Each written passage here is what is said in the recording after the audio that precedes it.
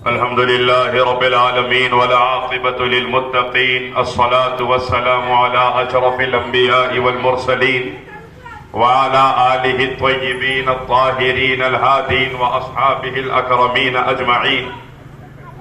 أما بعد فأعوذ بالله من الشيطان الرجيم. بسم الله الرحمن الرحيم. يا أيها الناس قد جاءكم من الله نور وكتاب مبين.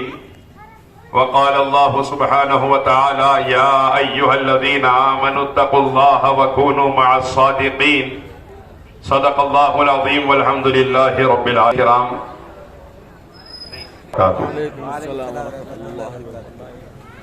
حضرات گرامی، رب تبارک و تعالی نے جس ذات کے صدقے کائنات کو روشنی عطا فرمائی ہے، جس ذات کی نالین پاک کی گرد و غبار کا تصدق ہماری آنکھوں کی روشنی ہے، جس ذات کو اللہ نے اس بلند مقام پر اپنے قریب فائز فرمایا کہ جس کو امام بنانے کا ارادہ کیا تو 1,24,000 نبیوں کو ان کی خبروں سے نکال کر مسجد اقصی میں جمع کر دیا. اس تاجدار کائنات، سبب وجود آدم و اولاد آدم، وجہ تخلیق کائنات، احمد مجتبی محمد مصطفیٰ صلی اللہ علیہ وسلم ارواحنا فدا کہ ذکر مبارک کے لیے ہم غلامان احمد مختار کو رب کریم نے جمع فرمایا، اور ساتھ ہی اس ذات کے بھی ذکر کے لیے جمع ہوئے ہیں جس کو اللہ نے سلطان الاکابرین بنایا ہے، جس کو اللہ تعالیٰ نے کائنات کے ولیوں کا تاج بنایا ہے. بلکہ آسان الفاظ میں کہوں تو یہ مبارک جلسہ ہے جس میں امام الانبیاء کا بھی ذکر ہوگا، امام الاولیاء کا بھی ذکر ہوگا. تو نام اس جلسے کے ساتھ ہیں سرکار مدینہ اور سرکار بغداد. آپ سرکار غوث پاک کا وہ ارشاد مجھے بار بار جب سے ذہن میں آ رہا ہے، جو خود سرکار غوث پاک وجد کی کیفیت میں ارشاد فرماتے ہیں ہذا وجود جدی لا وجود عبد القادر. اے عبد القادر نہیں، میرے نانا محمد الرسول اللہ کا وجود ہے صلی اللہ علیہ وسلم. یعنی اللہ تعالیٰ نے سرکار غوث اعظم کو وہ کامل جانشین احمد مختار بنا کے پیدا فرمایا. سرکار کا ذکر کیا ہے، سرکار کی میلاد کا ذکر کیا ہے؟ ہمارے کرنے نہ کرنے سے شان میں کمی ہوگی یا ہمارے ذکر نہ کرنے سے شان میں کمی ہوگی، نہ ہمارے ذکر کرنے سے سرکار کی شان میں اضافہ ہوگا؟